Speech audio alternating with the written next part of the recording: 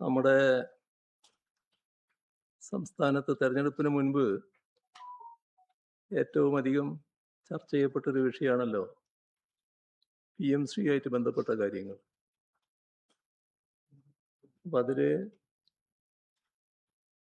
അന്ന് UDF പൊതുവിലും കോൺഗ്രസും ലീഗും പ്രത്യേകിച്ചും വലിയ തോതിലുള്ള വിവാദം ഉയർത്താനാണ് ശ്രമിച്ചിരുന്നത്. ഇവിടെ LDF സർക്കാർ BJP ആയിട്ട് എന്തോ ഡീലുണ്ടാക്കിയിരിക്കുകയാണ്. അതിൻ്റെ ഭാഗമായിട്ടാണ് പദ്ധതി നടപ്പിലാക്കാൻ നോക്കുന്നത്. കേന്ദ്ര സർക്കാരിൻ്റെ നയങ്ങൾക്ക് മുന്നിലുള്ള കീഴടങ്ങലാണത്. ഇതൊക്കെയാണ് UDF ആ ഘട്ടത്തിൽ വൻതോതിൽ പ്രചരിപ്പിച്ചിരുന്നു. മാത്രമല്ല, തങ്ങൾ അധികാരത്തിൽ വന്നാൽ PMC നടപ്പാക്കില്ല. മാത്രമല്ല, ചിലർ പറഞ്ഞു അത് അറബിക്കടലിൽ ഒഴുക്കും. അങ്ങനെയെല്ലാമുള്ള അവകാശവാദങ്ങളാണ് അന്ന് UDF നേതാക്കൾ പുറപ്പെടുവിച്ചിരുന്നു. ഇപ്പോൾ സ്ഥിതി എല്ലാവരും കാണുകയാണല്ലോ. PMC പദ്ധതി നടപ്പാക്കാനുള്ള നടപടികളുമായിട്ടാണ് അവർ മുന്നോട്ട് പോകുന്നത്. അപ്പോൾ സ്വാഭാവികമായും ഒരു ചോദ്യം ഉയരും. തെരഞ്ഞെടുപ്പിന് മുൻപ് തങ്ങൾ ഉയർത്തിയ എതിർപ്പുകളൊക്കെ മാറ്റിവെച്ച് കേന്ദ്ര സർക്കാരിൻ്റെ മുന്നിൽ, അവരുടെ നയങ്ങൾക്ക് മുന്നിൽ കീഴടങ്ങാൻ തീരുമാനിച്ചത് എന്തടിസ്ഥാനത്തിലാണ്? ഇത് UDF ഉത്തരം പറയേണ്ട ഒരു കാര്യമാണ്. അതിനവര് ഒരു ഉത്തരം ഇപ്പോൾ പറയുന്നതായിട്ട് കാണുന്നുണ്ട്. ഒരു തെറ്റായ വാദമാണ് അവതരിപ്പിക്കാൻ ശ്രമിക്കുന്നത്. അതിലവർ പറയുന്നത് പഴയ സർക്കാർ ഒരു ധാരണാപത്രം ഒപ്പിട്ടു. അപ്പം അതുകൊണ്ട് ഈ പദ്ധതിയുമായി മുന്നോട്ട് പോകാൻ മാത്രമേ വഴിയുള്ളൂ, അതിൽ നിന്ന് പിന്നോട്ട് പോകാൻ കഴിയില്ല. ഇതാണ് ഇതിൻ്റെ ന്യായീകരണമായി ഇന്നത്തെ ഗവൺമെന്റിന്റെ വക്താക്കൾ പറയുന്ന കാര്യം. അപ്പോ എന്താണ് വാസ്തവം? ഇവിടെ ഒരു കാര്യം ചിന്തിക്കേണ്ടത്, നമ്മുടെ രാജ്യത്ത് കേരളത്തിൽ മാത്രമല്ലല്ലോ കോൺഗ്രസ് പങ്കാളിത്തം വഹിക്കുന്ന, നേതൃത്വം വഹിക്കുന്ന സംസ്ഥാന ഗവൺമെന്റുകളുള്ളത്. ഇന്ത്യയിലുള്ള കോൺഗ്രസ് നേതൃത്വം വഹിക്കുന്ന എല്ലാ സംസ്ഥാന സർക്കാരുകളും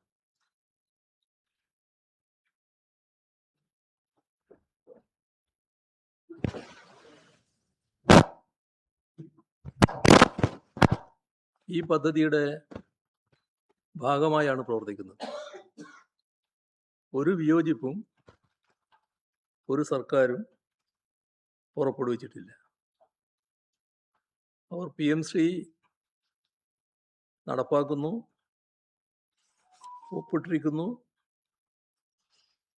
ദേശീയ വിദ്യാഭ്യാസ നയം എന്തൊക്കെയാണോ നിർദ്ദേശിക്കുന്നത് അതെല്ലാം അതേപോലെ നടപ്പാക്കാനും തയ്യാറായിരിക്കും. അപ്പോൾ പ്രസക്തമായ പ്രശ്നം കോൺഗ്രസിന്റെ നിലപാട് എന്ത് എന്നുള്ളതാണ്. കോൺഗ്രസിൻ്റെ നിലപാട് ഇന്ത്യയിലാകെ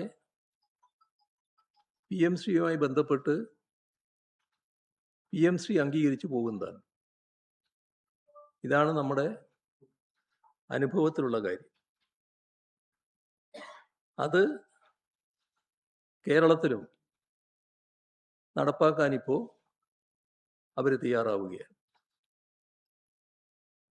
PMശ്രീയുമായി ബന്ധപ്പെട്ട് ഉയർന്നു വന്ന പ്രശ്നങ്ങൾ എല്ലാവർക്കും അറിയാവുന്ന കാര്യങ്ങളാണ്. കഴിഞ്ഞ സർക്കാരിൻ്റെ കാലത്ത് PMശ്രീ ഒപ്പിടാത്തതിൻ്റെ ഭാഗമായി SSK ഫണ്ട് തടഞ്ഞു വെക്കുന്ന നിലയുണ്ടായി.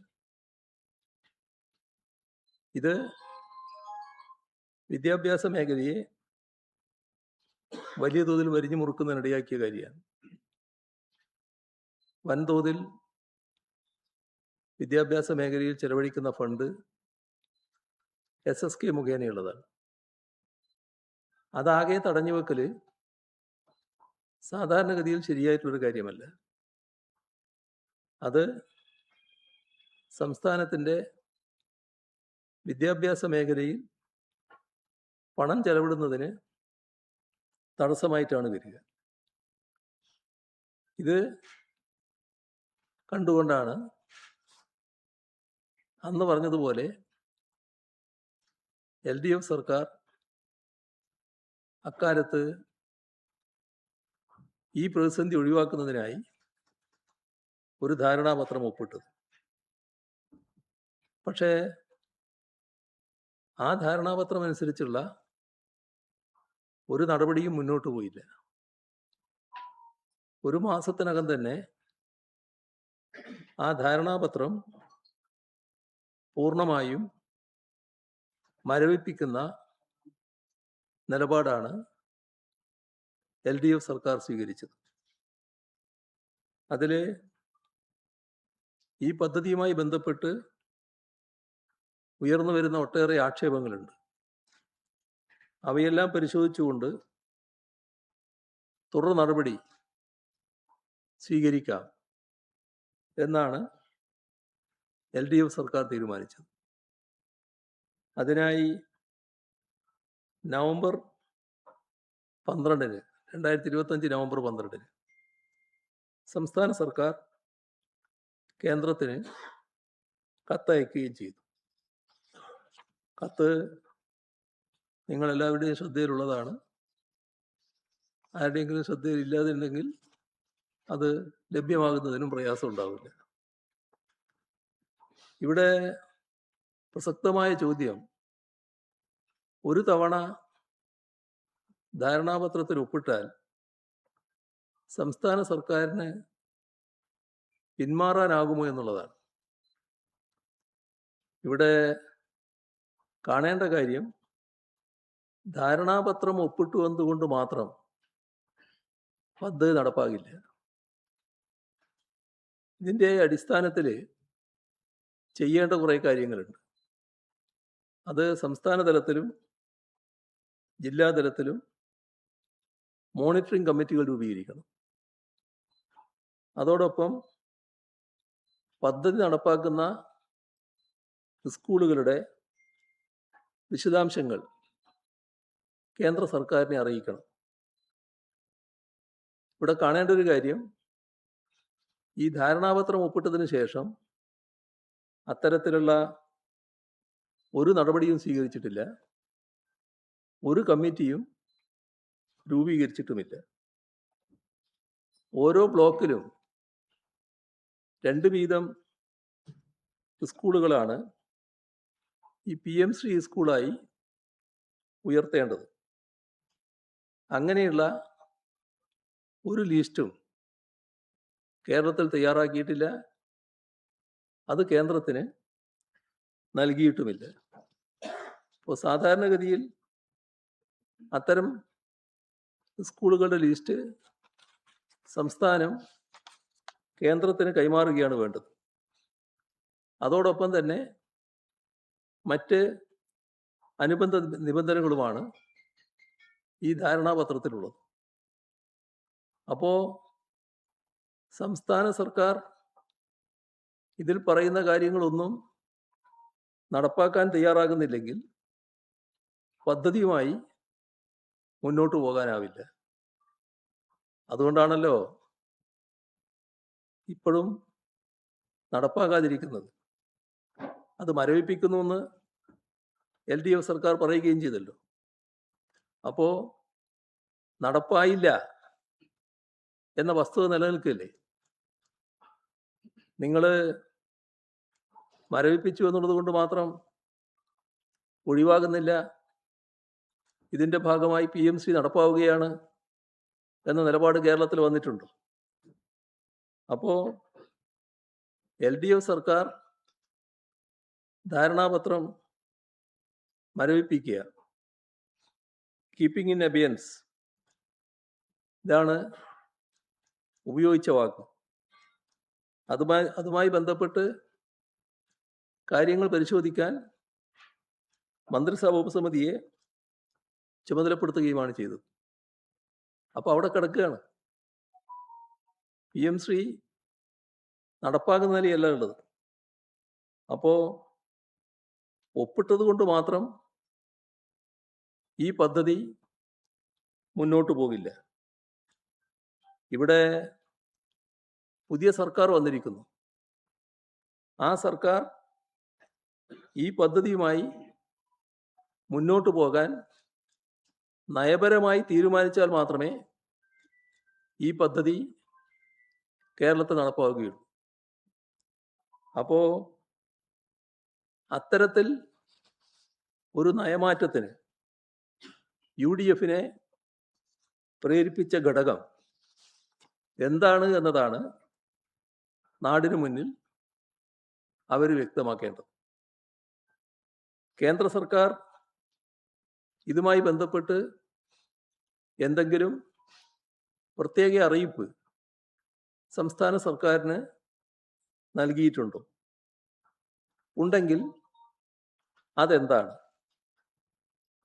പദ്ധതിയെ അതിനിശിതമായി എതിർത്ത UDF ഇപ്പോൾ ആ പദ്ധതി അംഗീകരിച്ച് നടപ്പാക്കാൻ തയ്യാറായി മുന്നോട്ട് വരുന്നതിൻ്റെ ഉദ്ദേശശുദ്ധി അവർ തന്നെ വിശദീകരിക്കേണ്ടതാണ്.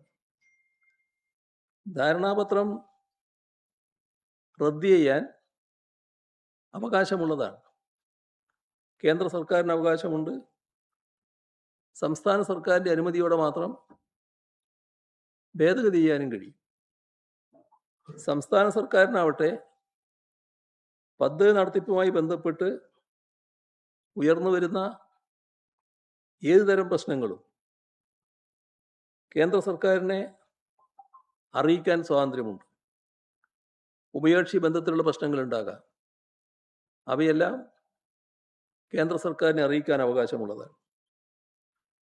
ചുരുക്കത്തിൽ സംസ്ഥാന സർക്കാർ മുൻകൈയെടുത്താൽ മാത്രമേ പദ്ധതി നടപ്പിലാകൂ എന്നതാണ് അവസ്ഥ.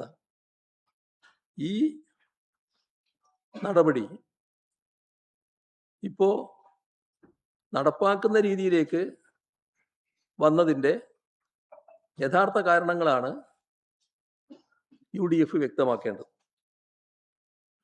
നാം വ്യക്തമായി മനസ്സിലാക്കേണ്ട കാര്യം, ഏത് സാഹചര്യത്തിലും ഉപേക്ഷിക്കാവുന്ന ഒന്ന് മാത്രമാണ് സംസ്ഥാന സർക്കാരിനെ സംബന്ധിച്ചിടത്തോളം PMC പദ്ധതി. ധാരണാപത്രം ഒപ്പിട്ടതുകൊണ്ട് പിന്മാറാനാവില്ല എന്ന് സർക്കാരിന് എവിടുന്നെങ്കിലും നിയമോപദേശം ലഭിച്ചിട്ടുണ്ടോ? ഉണ്ടെങ്കിൽ അതും അറിയുന്നത് നല്ലതാണല്ലോ. പുതിയ അഡ്വക്കേറ്റ് ജനറൽ അത്തരമൊരു ഉപദേശം സർക്കാരിന് നൽകിയിട്ടുണ്ടോ? ഉണ്ടെങ്കിൽ അത് വ്യക്തമാക്കണം. കേരളത്തിന് PMC പദ്ധതിയുടെ ഭാഗമായി പണം ലഭിച്ചു എന്ന് മുഖ്യമന്ത്രി പ്രസ്താവിക്കുന്നതായി കണ്ടു. മുഖ്യമന്ത്രിയുടെ ആ വാദത്തിൻ്റെ യാഥാർത്ഥ്യം അതിൽ വ്യക്തതയുള്ളതാണല്ലോ. എന്തിനാണ് വസ്തുതാവിരുദ്ധമായൊരു കാര്യം അദ്ദേഹം പ്രസ്താവിക്കാൻ പോയത്? പാർലമെന്റിൽ ഇതുമായി ബന്ധപ്പെട്ട ചോദ്യങ്ങൾ ഉയർന്നു. ആ ചോദ്യവും മറുപടിയും രഹസ്യമല്ലല്ലോ, പരസ്യമല്ലേ. അതിൽ കേന്ദ്ര സർക്കാർ കേരളത്തിന് PM-ശ്രീയുടെ പണം നൽകിയിട്ടില്ല എന്നാണല്ലോ മറുപടി പറഞ്ഞത്. അങ്ങനെ വ്യക്തത വന്ന ശേഷം വസ്തുതാവിരുദ്ധമായ കാര്യം ഉന്നയിക്കുന്നത്, അതോ മുഖ്യമന്ത്രി തലത്തിൽ ഉന്നയിക്കുന്നത് എന്തടിസ്ഥാനത്തിലാണ്? കേരളത്തിന് കിട്ടിയത് SSK ഫണ്ടാണ്. ഇതിന് PM-ശ്രീയുമായി ഒരു ബന്ധവുമില്ല. SSK ഇനത്തിൽ കിട്ടിയ ഈ ഫണ്ട് പിന്നീട് വിദ്യാഭ്യാസ അവകാശ നിയമവുമായി ബന്ധപ്പെട്ട് ലഭിക്കേണ്ട യൂണിഫോം, പാഠപുസ്തകം, ഈ ഇനങ്ങളിലേക്കൊക്കെ അഡ്ജസ്റ്റ് ചെയ്യുന്ന നിലയാണ് കേരളത്തിലുണ്ടായത്. അപ്പോൾ കുറച്ചുകൂടി വ്യക്തമായി പറഞ്ഞാൽ, PM-ശ്രീ ധാരണാപത്രപ്രകാരം സംസ്ഥാന സർക്കാർ ചെയ്യേണ്ട നടപടിക്രമങ്ങളുണ്ട്. അത് സ്വീകരിക്കാതെ, അത്തരം നടപടിക്രമങ്ങൾ സ്വീകരിക്കാതെ കേവലമൊരു ധാരണാപത്രം ഒപ്പിട്ടതിൻ്റെ പേരിൽ ₹1 പോലും കേന്ദ്ര സർക്കാർ അനുവദിക്കില്ല. PM-ശ്രീ പദ്ധതിയിൽ ഒപ്പിടാത്തതിൻ്റെ പേരിൽ സമഗ്ര ശിക്ഷ കേരളക്ക് ലഭിക്കേണ്ട ഫണ്ട് തടഞ്ഞുവെക്കുന്ന കേന്ദ്ര സർക്കാർ സമീപനം, അതിൻ്റെ ഭാഗമായി 1158 കോടി രൂപയുടെ ഫണ്ടാണ് കേരളത്തിന് ആ ഘട്ടത്തിൽ നഷ്ടമായിരുന്നത്. അപ്പോൾ PM-ശ്രീയിൽ കരാർ ഒപ്പിട്ടു എന്ന് വിചാരിക്കുക. അങ്ങനെയാണെങ്കിൽ പോലും അതിൽ നിന്ന് പിന്മാറാൻ സംസ്ഥാനങ്ങൾക്ക് കഴിയും എന്നതിൻ്റെ ഉദാഹരണവും നമ്മുടെ രാജ്യത്തുള്ളതാണ്. പഞ്ചാബിൻ്റെ അനുഭവം നേരത്തെ ഉന്നയിച്ചതാണ്. 2022 ഒക്ടോബറിലാണ് PM-ശ്രീ പദ്ധതിയിൽ ധാരണാപത്രം പഞ്ചാബ് സർക്കാർ ഒപ്പുവെക്കുന്നത്. അത് കഴിഞ്ഞ് 9 മാസങ്ങൾക്ക് ശേഷം 2023 ജൂലൈയിൽ ഔദ്യോഗികമായി തന്നെ അതിൽ നിന്ന് പിന്മാറുന്ന നില സ്വീകരിക്കുകയും ചെയ്തു. അപ്പോൾ പിന്മാറാൻ കഴിയാത്ത ഒന്നാണ് എന്ന വാദം ശരിയല്ല എന്നതാണ്. വേറൊരു പ്രശ്നം കേരളം അതീവ ഗൗരവമായി കാണേണ്ട ഒരു കാര്യമാണ്. അന്താരാഷ്ട്ര യോഗ ദിനാചരണം വരുന്നുണ്ട്.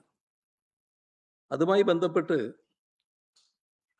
ഗവർണർ നേരിട്ട് സർക്കാർ വകുപ്പുകളുടെ യോഗം വിളിക്കുകയും നിർദ്ദേശങ്ങൾ നൽകുകയും ചെയ്യുന്ന നടപടി, ഇത് ഭരണഘടനാ കീഴ്വഴക്കങ്ങളുടെയും ജനാധിപത്യ മര്യാദകളുടെയും നഗ്നമായ ലംഘനമാണ്.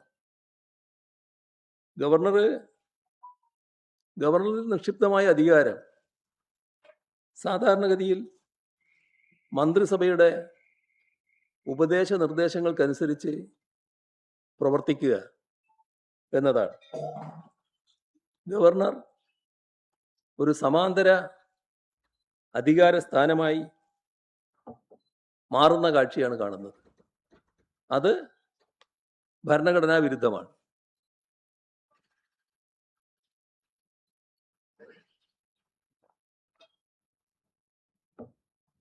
മാത്രമല്ല, ഫെഡറൽ അധികാരങ്ങളുടെ ലംഘനവുമാണ്.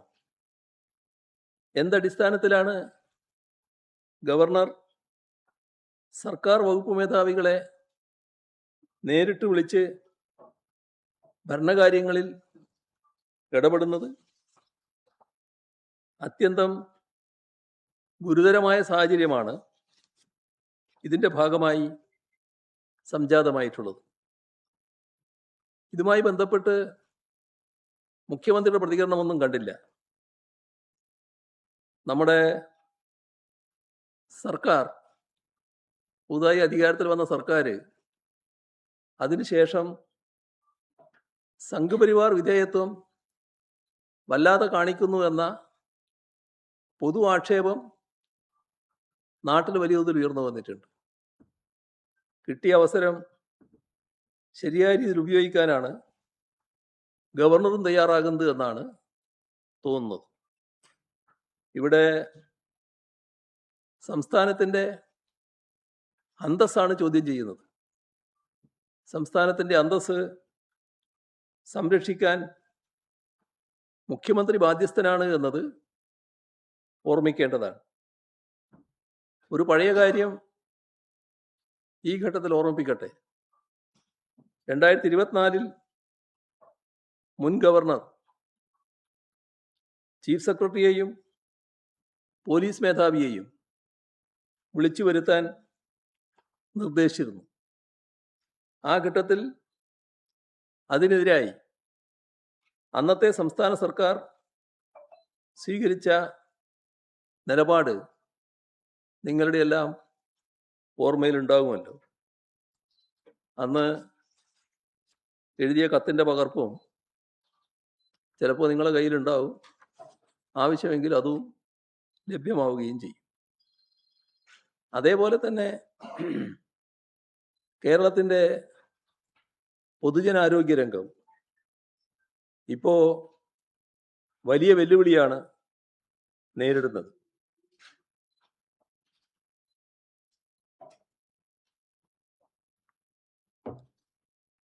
പകർച്ചവ്യാധികൾ, Nipah, shigella, west Nile, dengue, malaria, cholera, amoebic ജ്വരം, ഇങ്ങനെയുള്ളവയെല്ലാം വ്യാപകമായി റിപ്പോർട്ട് ചെയ്യപ്പെടുന്നു.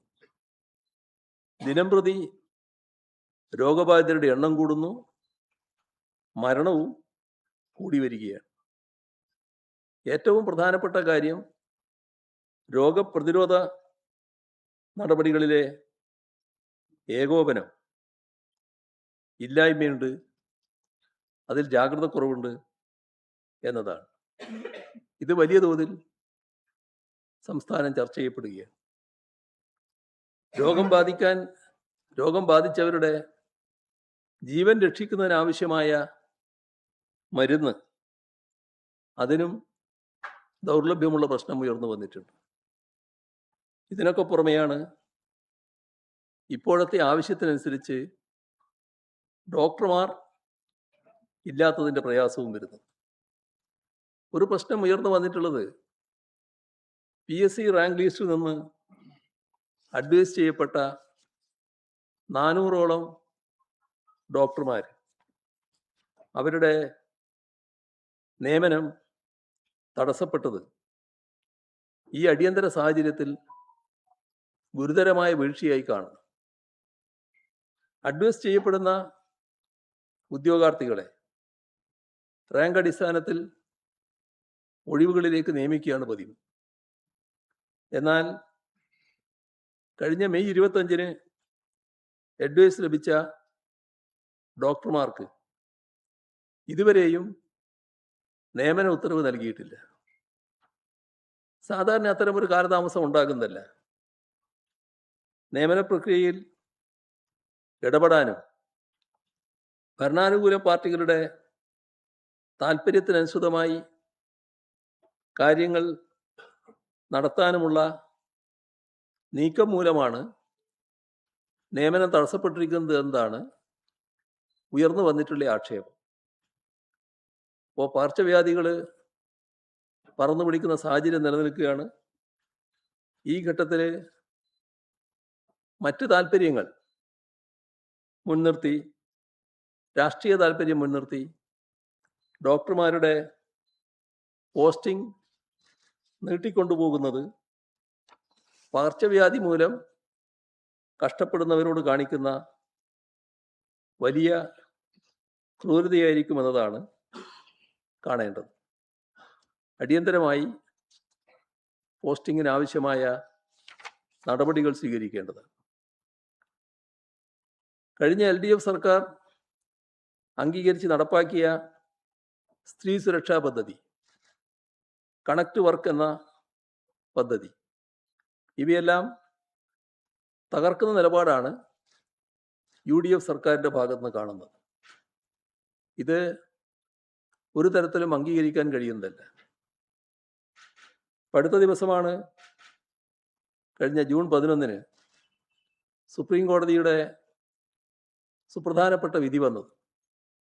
ഗൃഹജോലികളിൽ ഏർപ്പെട്ടിരിക്കുന്ന വീട്ടമ്മമാർ രാഷ്ട്രശില്പികളാണ്. അവരുടെ അധ്വാനം രാജ്യത്തിൻ്റെ പുരോഗതിയുടെ ആധാരമാണ്. ഇപ്പോൾ ചരിത്രപരമായ വിധിയിലൂടെ ബഹുമാനപ്പെട്ട സുപ്രീം കോടതി നിരീക്ഷിച്ച കാര്യങ്ങളാണിത്. ആ നിരീക്ഷണത്തിനും വളരെ മുൻപാണ് 2025 ഒക്ടോബറിൽ ഈ യാഥാർത്ഥ്യം ഉൾക്കൊണ്ട് LDF സർക്കാർ സ്ത്രീ സുരക്ഷാ പദ്ധതി നടപ്പാക്കിയത്. പാവപ്പെട്ട കുടുംബങ്ങളിലെ 35 മുതൽ 60 വയസ്സ് വരെയുള്ള സ്ത്രീകൾക്ക് എല്ലാ മാസവും 1000 രൂപ സാമ്പത്തിക സഹായം നൽകുന്ന പദ്ധതി. 31 ലക്ഷത്തിലധികം പേര് ഇതിൻ്റെ ഗുണഭോക്താക്കളായി ഉണ്ടാകുമെന്നാണ് കണക്കാക്കിയത്. കഴിഞ്ഞ ബജറ്റിൽ LDF സർക്കാർ ഇതിനായി 3720 കോടി രൂപ നീക്കിവെക്കുകയും ചെയ്തു. മാർച്ച് മാസം വരെ കൃത്യമായി പെൻഷനും നൽകി. ഇതിനൊപ്പമാണ് നൈപുണ്യ പരിശീലനം നേടുന്നതിനും പരീക്ഷകൾക്ക് തയ്യാറെടുക്കുന്നതിനും യുവാക്കൾക്ക് പ്രതിമാസ സ്റ്റൈപ്പൻഡ് നൽകുന്ന കണക്ട് വർക്ക് പദ്ധതി ഞങ്ങൾ നടപ്പാക്കിയത്. പക്ഷേ പുതിയ UDF സർക്കാരിൻ്റെ നയപരമായ തീരുമാനങ്ങൾ മൂലം നിലവിൽ 16 ലക്ഷത്തിലധികം വീട്ടമ്മമാർക്ക് ആശ്വാസമായ സ്ത്രീ സുരക്ഷാ പദ്ധതി മുടങ്ങിയിരിക്കുകയാണ്. മാത്രമല്ല, ഇതിൻ്റെ ഭാഗമായി വന്നുകൊണ്ടിരിക്കുന്ന പുതിയ അപേക്ഷകളുണ്ട്. ആ പുതിയ അപേക്ഷകളിൽ നടപടി സ്വീകരിക്കുന്നുമില്ല. മുഖ്യമന്ത്രിയുടെ തന്നെ കീഴിലാണ് ധനവകുപ്പ്. ധനവകുപ്പ് ഏപ്രിൽ മെയ് മാസങ്ങളിലെ പെൻഷൻ തീരുമാനമാക്കാതെ പിടിച്ചു വച്ചിരിക്കുകയാണ്. തുടക്കം മുതൽ ഈ പദ്ധതിയെ UDF അപഹസിക്കുകയായിരുന്നു. ഇപ്പോൾ ഇതിനെ പൂർണ്ണമായും തകർക്കാനുള്ള അണിയറ നീക്കങ്ങൾ നടക്കുന്നുവെന്ന് വേണം സംശയിക്കാൻ. സ്ത്രീപക്ഷ സർക്കാരെന്ന് മേനി നടിക്കുന്നവർ സ്ത്രീ സുരക്ഷാ പദ്ധതി ഇല്ലാതാക്കാൻ ശ്രമിക്കുന്നു. യുവജനങ്ങൾക്കുള്ള കണക്ട് വർക്ക് ആനുകൂല്യങ്ങളുടെ വിതരണത്തിലും സമാനമായ അനാസ്ഥയുണ്ടാകുന്നു. UDF സർക്കാർ അടിയന്തരമായി അവരുടെ നിലപാട് തിരുത്തണം. അവരെ പുതുതായി അപേക്ഷ നൽകിയവരുടെ കാര്യത്തിൽ പെട്ടെന്ന് തന്നെ തീരുമാനമെടുക്കണം. പെൻഷനും സ്റ്റൈപ്പൻഡും കാത്തിരിക്കുന്ന ഗുണഭോക്താക്കൾക്ക് കുടിശ്ശികയടക്കമുള്ള തുക പെട്ടെന്ന് തന്നെ വിതരണം ചെയ്യണം. ഈ പദ്ധതികളെ തകർക്കാനുള്ള രാഷ്ട്രീയ തീരുമാനം ഉപേക്ഷിക്കണം. അർഹരായ എല്ലാ ഗുണഭോക്താക്കൾക്കും ഒരു കാലതാമസവുമില്ലാതെ ഉടൻ തന്നെ സാമ്പത്തിക സഹായം വിതരണം ചെയ്യാൻ സർക്കാർ തയ്യാറാകണം. ഇതോടൊപ്പം കാണേണ്ട ഒരു പ്രശ്നമാണ് പ്രവാസി പെൻഷൻ. അതും ഈ സർക്കാർ വന്ന ശേഷം മുടങ്ങിയിരിക്കുകയാണ്. ആ കാര്യത്തിലും പ്രത്യേക ശ്രദ്ധ വേണം. നമ്മുടെ ലോകമാകെ ലോക ഫുട്ബോൾ ഹരത്തിലാണിപ്പോൾ. അപ്പോൾ നമ്മുടെ നാട്ടിലെ ആളുകളും അതിൻ്റെ ഭാഗമായി വലിയ തോതിൽ ലോകകപ്പ് മത്സരം കാണുന്നവരാണ്. ഇപ്പോൾ ഏർപ്പെടുത്തുന്ന വൈദ്യുതി നിയന്ത്രണം വലിയ തോതിൽ പ്രയാസങ്ങൾ സൃഷ്ടിക്കുകയാണ്. അപ്പോൾ വൈദ്യുതി നിയന്ത്രണം ഈ ഘട്ടത്തിൽ ഒഴിവാക്കുന്നതിനാവശ്യമായ നടപടികൾ സർക്കാർ സ്വീകരിക്കേണ്ടതായിട്ടുണ്ട്. ഇത്രയും കാര്യങ്ങളാണ് ആമുഖമായി പറയാനുള്ളത്. സർക്കാർ പറയുന്നത് നമ്മൾ കൃഷിയുടെ ഫണ്ട് കിട്ടാൻ വേണ്ടിയാണ് അതിൽ ഒപ്പുവെച്ചത്, പക്ഷേ നടപ്പാക്കാൻ വേണ്ടിയിട്ടായിരുന്നില്ല. യഥാർത്ഥത്തിൽ കേന്ദ്രത്തെ നമ്മൾ കബളിപ്പിക്കുക എന്നുള്ള ഉദ്ദേശത്തിലാണോ? കേന്ദ്രത്തെ കബളിപ്പിക്കലല്ല, നമ്മുടെ നിലപാട് വ്യക്തമാണല്ലോ. ഞങ്ങളുടെ നിലപാട് പ്രത്യേകിച്ചും വ്യക്തമാണല്ലോ.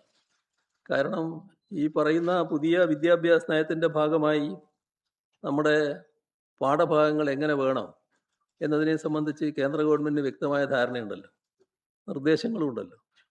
അതിൻ്റെ ഭാഗമായി അവർ ഒഴിവാക്കണം എന്ന് പറഞ്ഞ ഭാഗങ്ങൾ ഒഴിവാക്കാത്ത ഏക സംസ്ഥാനം കേരളമാണ്. ഇത് പഴയ LDF സർക്കാരിൻ്റെ കാലത്താണ്. ആ ഭാഗങ്ങൾ അതേപോലെ പഠിപ്പിക്കാൻ തയ്യാറായ സംസ്ഥാനമാണ് കേരളം. അപ്പോൾ ആ നയങ്ങളോട് തീർത്തും വ്യത്യസ്തമായ നിലപാട് നേരത്തെ മുതൽ തന്നെ സ്വീകരിച്ചു വന്നിട്ടുണ്ട്. ആ നയം നടപ്പാക്കാൻ നമ്മളില്ല എന്നും വ്യക്തമാക്കിയിട്ടുണ്ട്. പക്ഷേ നമുക്കിവിടെ ഫണ്ട് ആവശ്യമുണ്ടായിരുന്നു. ഈ പറഞ്ഞതുപോലെ വിദ്യാഭ്യാസ രംഗത്ത് ധാരാളം ചെലവിടേണ്ട കാര്യങ്ങളുള്ളതുകൊണ്ട് ആ ചെലവിടുന്നതിനുള്ള ഫണ്ട് വേണമായിരുന്നു. അതിനുള്ള നടപടി എന്ന നിലക്കാണ് അന്ന് വിദ്യാഭ്യാസ വകുപ്പ് ആ നടപടിയിലേക്ക് നീങ്ങിയത്. പക്ഷേ LDF അത് അത്തരമൊരു നടപടിയിലേക്ക് നമ്മൾ നീങ്ങേണ്ടതില്ല എന്ന് കണ്ടു. അതിൻ്റെ ഭാഗമായി തന്നെയാണ് അത് മരവിപ്പിക്കാൻ നൽകിയെടുത്തത്. മരവിപ്പിച്ചതിന് ശേഷം പിന്നെ അനങ്ങിയില്ലല്ലോ, അതുമായി ബന്ധപ്പെട്ടൊരു കാര്യവും നടന്നിട്ടില്ലല്ലോ. അപ്പോൾ മരവിപ്പിച്ചതിന് ശേഷം PM ശ്രീ പദ്ധതി എന്നത് ഇവിടെ കേരളത്തിൽ നടപ്പാകാത്ത അവസ്ഥ തന്നെയാണ്. നേരത്തെയുള്ള അതേ നിലയിൽ തന്നെ കിടക്കുകയാണ്. നേരത്തെയും ഈ ധാരണാപത്രം ഒപ്പിട്ടു എന്ന് പറയുമ്പോൾ അതിൻ്റെ ഭാഗമായി ചെയ്യേണ്ട കാര്യങ്ങളൊന്നും ചെയ്തിട്ടില്ല. PM ശ്രീ പദ്ധതിയുമായി ബന്ധപ്പെട്ട ഒരു കാര്യവും ചെയ്തിട്ടില്ല. അപ്പോൾ ഇതല്ലേ നമ്മുടെ നാട്ടിൽ നടന്നിട്ടുള്ളത്. ഒപ്പിട്ടാൽ ഫണ്ട് തരാമെന്ന് പറയുന്നു, നമ്മൾ ഫണ്ടിന് വേണ്ടി ഒപ്പിടും. പക്ഷേ പദ്ധതി നടപ്പാക്കാനാണല്ലോ കേന്ദ്രം ഇത് ഒപ്പിടാൻ പറയും. അപ്പോൾ ഫണ്ട് കിട്ടിയ ശേഷം നമ്മൾ നടപ്പാക്കില്ല എന്ന് തീരുമാനിക്കും. അല്ല, ഞാൻ പറഞ്ഞത് നിങ്ങൾക്ക് മനസ്സിലായില്ലേ? PM ശ്രീ പദ്ധതിയിലൂടെ അവർ നടപ്പാക്കാൻ ഉദ്ദേശിക്കുന്ന കാര്യങ്ങൾ ഈ രംഗത്തൂടെ നടപ്പാക്കലാണ്. അത് നടപ്പാക്കാൻ നമ്മളില്ല എന്നത് നേരത്തെ വ്യക്തമാക്കിയിട്ടുള്ള കാര്യമാണ്. വിദ്യാഭ്യാസ രംഗത്ത് ആകെ നടപ്പാക്കിയ കാര്യമാണ്. പിന്നെ നമ്മൾ കാണേണ്ട ഒരു കാര്യം, നമ്മൾ വിദ്യാഭ്യാസ സംരക്ഷണ യജ്ഞം 2016 LDF സർക്കാർ വന്നതിന് ശേഷം തുടങ്ങിയതാണല്ലോ. അതിൻ്റെ ഭാഗമായി നടത്തിയ പ്രവർത്തനങ്ങൾ നമ്മുടെ സ്കൂളുകൾ വലിയ തോതിൽ മെച്ചപ്പെട്ട അവസ്ഥയിലാണ്. ഇന്ത്യയിലെ മറ്റ് സംസ്ഥാനങ്ങളിലെ സ്കൂളുകൾ പോലെയല്ല നമ്മുടെ സ്കൂളുകൾ. ഈ PM ശ്രീയുടെ ഭാഗമായി നന്നാക്കണമെന്ന് പറയുന്ന സ്കൂളുകളുടെ നില നോക്കിയാൽ നമ്മുടെ വിദ്യാലയങ്ങൾ പലതും നന്നായി കിടക്കുകയാണ്. അതൊരു വസ്തുതയല്ലേ? ആ ഭാഗം നമ്മൾ കാണണ്ടേ? പക്ഷേ PM ശ്രീയുടെ ഭാഗമായിട്ടുള്ള ഫണ്ട് കിട്ടിയില്ലെങ്കിൽ നമുക്കൊരു വിഷമവും വരാനില്ല. അതാണ് ഞാൻ പറഞ്ഞു വരുന്നത്. PM ശ്രീയുടെ ഭാഗമായുള്ള ഫണ്ട് ഇവിടെ കിട്ടിയില്ലെങ്കിൽ കേരളത്തിൻ്റെ വിദ്യാഭ്യാസ രംഗത്തിന് ഒരു പ്രോബ്ലം ഏൽക്കില്ല. പക്ഷേ SSKയുടെ ഫണ്ട് കിട്ടിയില്ലെങ്കിൽ വലിയ തോതിൽ പ്രയാസം ഉണ്ടാവും. ഇതാണ് അന്ന് ഞങ്ങൾ പറഞ്ഞ കാര്യം. അതാണ് കാണേണ്ടത്.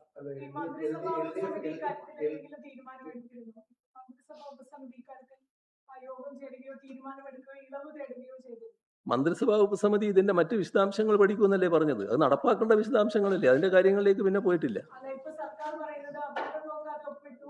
മാത്രമല്ല ഒരു ഇളവ് തേടാൻ പോലും അന്നത്തെ സംസ്ഥാന സർക്കാർ തയ്യാറായില്ല.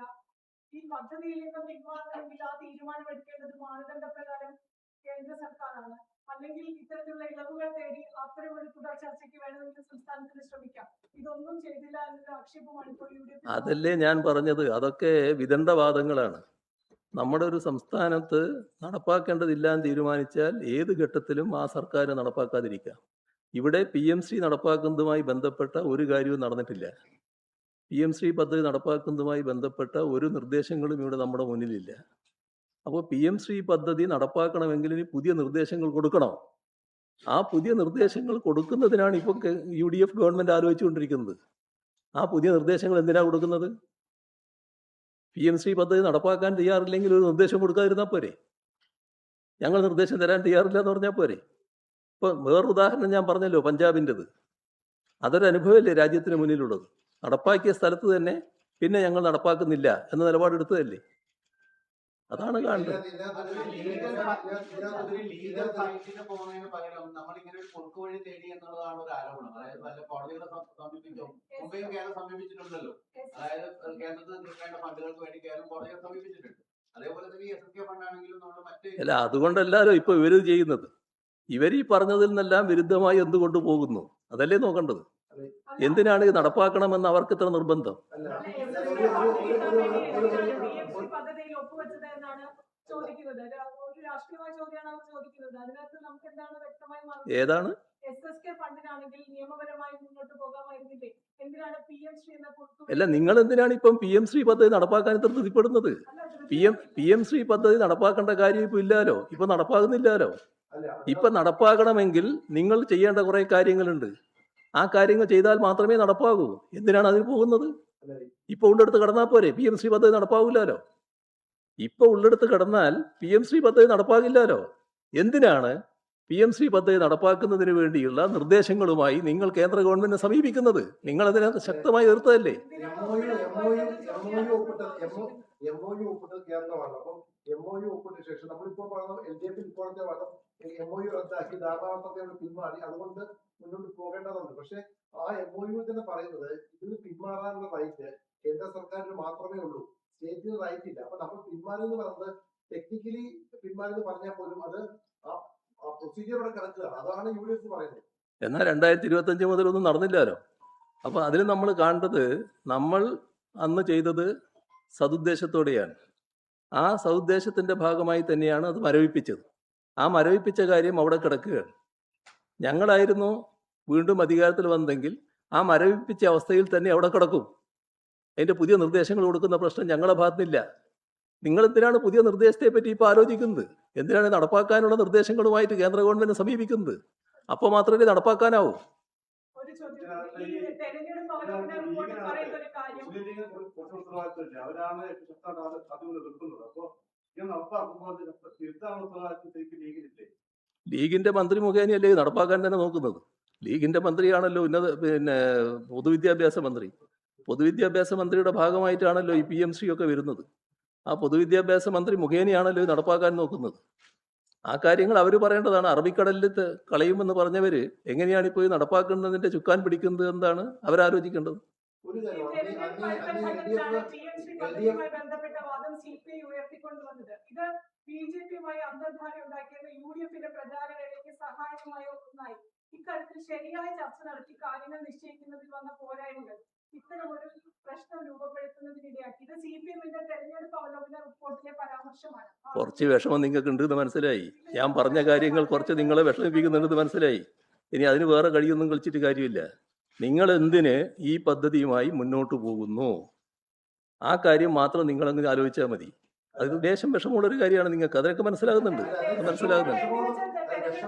അവരെ വിഷമാണ് ഞാൻ പറഞ്ഞത്. അവർക്കുള്ള വിഷമം നിങ്ങൾക്കുള്ള വിഷമാണെങ്കിൽ നിങ്ങൾക്കും ബാധകം തന്നെ. LDF-ന് റൈറ്റ് ഉണ്ട്, നടപ്പാക്കിയിട്ടില്ലല്ലോ. LDF-ന് റൈറ്റ് ഉണ്ട്. LDF-ന് റൈറ്റ് എന്താ? LDF ഇത് മരവിപ്പിച്ചതാണ്. ആ മരവിപ്പിച്ചതിന് ശേഷം ഒരു കാര്യവും നടന്നിട്ടില്ല. ഞങ്ങളിപ്പോൾ ഇതെല്ലാം നടപ്പാക്കാൻ പോകുന്നു എന്ന് പറഞ്ഞുകൊണ്ട് UDF മുന്നോട്ട് പോവുകയാണ്. അതെന്തടിസ്ഥാനത്തിലാണ് എന്താണ് ചോദിക്കേണ്ടത്?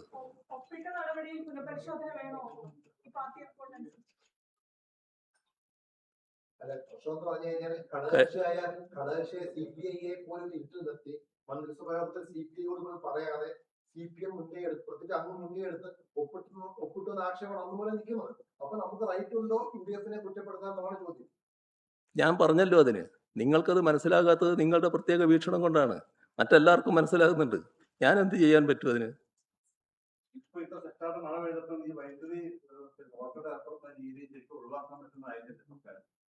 അല്ല, ലോഡ് ഷെഡിങ്ങിന്റെ കാര്യത്തിൽ സർക്കാർ കുറച്ചുകൂടി ഗൗരവമായിട്ട് കാര്യങ്ങൾ ആലോചിക്കണം. ഇത് ഇന്നത്തെ ഘട്ടത്തിൽ അത് നടപ്പാക്കുന്നത് വലിയ പ്രയാസങ്ങൾ സൃഷ്ടിക്കുന്നുണ്ട്. പ്രത്യേകിച്ച് ആളുകൾക്ക് വല്ലാത്ത വികാരങ്ങൾ ഉണ്ടാകുന്നുണ്ട്. അത് മനസ്സിലാക്കാൻ സർക്കാർ തയ്യാറാകണം. ഞാനൊരു മറ്റ് രാഷ്ട്രീയമായിട്ട് പറയുന്ന കാര്യമല്ല, ഇത് നാട്ടിൻ്റെ ഒരു പൊതുവികാരമാണ്. അത് മനസ്സിലാക്കി സർക്കാർ പ്രവർത്തിക്കാൻ തയ്യാറാകണമെന്നാണ് എനിക്കതിൽ അഭ്യർത്ഥിക്കാനുള്ളത്. ഈ ഗവർണർ വിളിച്ച യോഗത്തിൽ മുൻകൂട്ടി സർക്കാർ ഇടപെടുകയോ അക്കാര്യത്തിൽ നിർദ്ദേശം കൊടുക്കുകയും ചെയ്തില്ല. യോഗം നടന്നു, ഉന്നത ഉദ്യോഗസ്ഥരുടെ യോഗത്തിൽ പങ്കെടുക്കുകയും ചെയ്തു. പക്ഷേ ഇക്കാര്യത്തിൽ ആ ഉദ്യോഗസ്ഥർക്കെതിരെ സർക്കാർ നടപടി എടുക്കേണ്ടത് അഭിപ്രായം പറഞ്ഞിട്ടില്ല ഇതുവരെ മുഖ്യമന്ത്രി. അല്ല, ഇത്തരമൊരു യോഗം നടക്കുമ്പോൾ ആ യോഗം നടക്കുന്ന വിവരം കിട്ടിയാൽ തന്നെ അത്തരം യോഗത്തിൽ പങ്കെടുക്കാൻ പാടില്ല എന്ന നിലപാട് സാധാരണഗതിയിൽ സർക്കാരിന് സ്വീകരിക്കാവുന്നതാണ്. ആ നിലപാട് സ്വീകരിച്ചിട്ടുണ്ടോ? എന്തുകൊണ്ടാണ് അങ്ങനെ ഒരു നിലപാട് സ്വീകരിക്കാൻ പറ്റാതിരുന്നത്?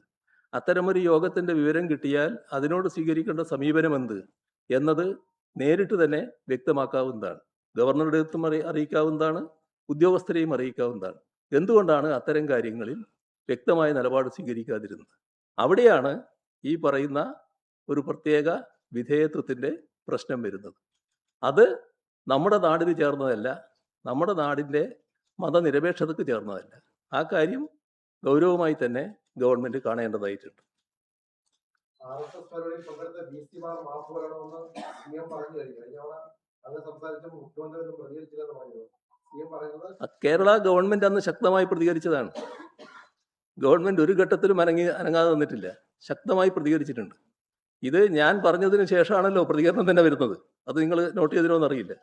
ഈ വൈദ്യുതി പ്രതിസന്ധി 30 വരെ എന്തായാലും തീർച്ചയായിട്ടും ഒരു റെസ്ട്രിക്ഷൻ വേണ്ടി വരുന്ന വൈദ്യുതി പറയുന്നത് അത്ര മോശമായ സ്ഥിതിയിലായിരുന്നു ശരിക്കും നമ്മുടെ പവർ സെക്ടർ ഉണ്ടായിരുന്നത്. പവർ സെക്ടർ അത്രമാത്രം അപകടസ്ഥിതിയിലാണെന്ന് എനിക്ക് തോന്നുന്നില്ല.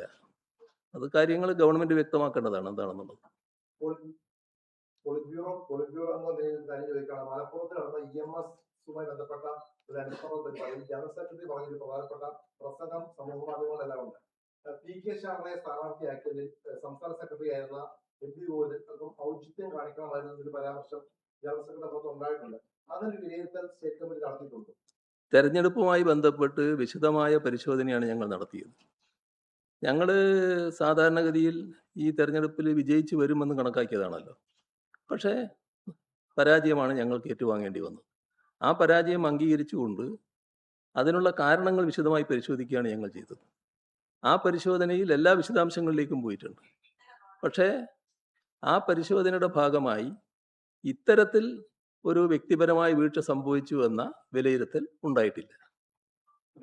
ഈ അനധികൃതമായിട്ടുള്ള സ്ഥലമാറ്റം സംബന്ധിച്ച് ആരോഗ്യവകുപ്പ് പോലീസിൽ ഇപ്പോൾ ഫയർഫോഴ്സിലും അങ്ങനെ ഈ മാനദണ്ഡങ്ങളൊന്നും പാലിക്കാതെ ഉത്തരവ് വന്നിട്ടുണ്ട്, കരടാണ് വന്നിട്ടുള്ളത്. 2017 ഇത് സംബന്ധിച്ച് വ്യക്തമായ മാനദണ്ഡം കഴിഞ്ഞ സർക്കാർ കൊണ്ടുവരുന്നു. ആ മാനദണ്ഡം പൂർണ്ണമായി ലംഘിച്ചുകൊണ്ടാണ് ഇപ്പോൾ ഫയർഫോഴ്സിലും വന്നത്. ശ്രദ്ധയിൽപ്പെട്ടിട്ടുണ്ടായിരുന്നു ഇങ്ങനെയുള്ള ഇത് കഴിഞ്ഞ തവണ തന്നെ പറഞ്ഞ കാര്യമാണ്. നമ്മുടെ സ്ഥലം മാറ്റങ്ങളുടെ കാര്യത്തിൽ കൃത്യമായി മാനദണ്ഡങ്ങൾ പാലിച്ച് നടത്തുക എന്നുള്ളതാണ് നമ്മുടെ സംസ്ഥാനത്ത് സ്വീകരിച്ചു വരുന്ന നടപടി.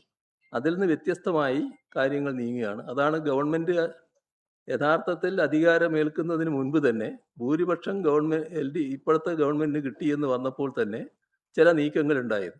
അതിൻ്റെ ഭാഗമായി ചില വകുപ്പുകൾ ചില നിവേദനങ്ങൾ പരാമർശിച്ചുകൊണ്ട് ഞങ്ങൾ സ്ഥലം മാറ്റുന്നു എന്ന് പറഞ്ഞുകൊണ്ട്, ആ നിവേദനത്തിൻ്റെ അടിസ്ഥാനത്തിൽ സ്ഥലം മാറ്റുന്നു എന്ന് പറഞ്ഞുകൊണ്ട് ഉത്തരവും പുറപ്പെടുവിച്ചു. ആ ഉത്തരവിൻ്റെ കാര്യത്തിലാണ് KIT മറ്റും ഇടപെടുന്ന നില പിന്നീട് വന്നത്. അങ്ങനെയുള്ള സാധാരണ ചട്ടവിരുദ്ധമായിട്ടുള്ള കാര്യങ്ങളടക്കം സംഭവിച്ചു കഴിഞ്ഞിട്ടുണ്ട്. ഇക്കാര്യത്തിൽ കൃത്യമായ നിയതമായ മാനദണ്ഡങ്ങളുള്ളതാണ്. ആ മാനദണ്ഡങ്ങൾ അനുസരിച്ചാണ് കാര്യങ്ങൾ നടക്കേണ്ടത്. അതല്ല ഇപ്പോൾ നടക്കുന്നത്. ഇത് സിവിൽ സർവീസിൽ വലിയ തോതിൽ അസംതൃപ്തി ഉണ്ടാക്കുന്ന ഒരു കാര്യമാണ്. സിവിൽ സർവീസിൽ അസംതൃപ്തി ഉണ്ടാക്കി പോവുക എന്നത് ഒരു ഗവൺമെന്റ് ചെയ്യേണ്ട കാര്യമല്ല.